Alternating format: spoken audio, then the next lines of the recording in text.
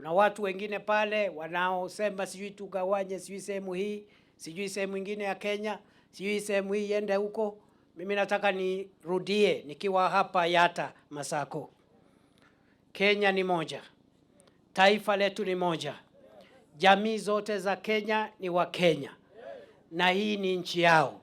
Hakuna mtu ataruhusiwa kuleta mambo ya kugawanya wananchi kwa misingi ya kikabila ama dini ama umri.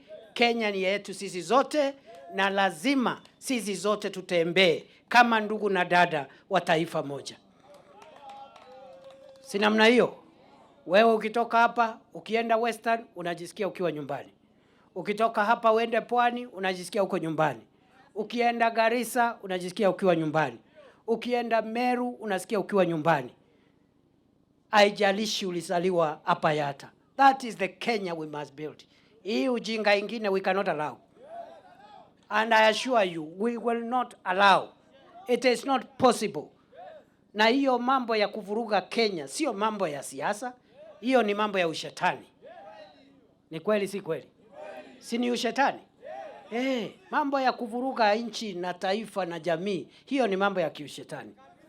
Na rais amesema enough is enough is enough. Wenye wa masikio, wale wako na masikio wamesikia.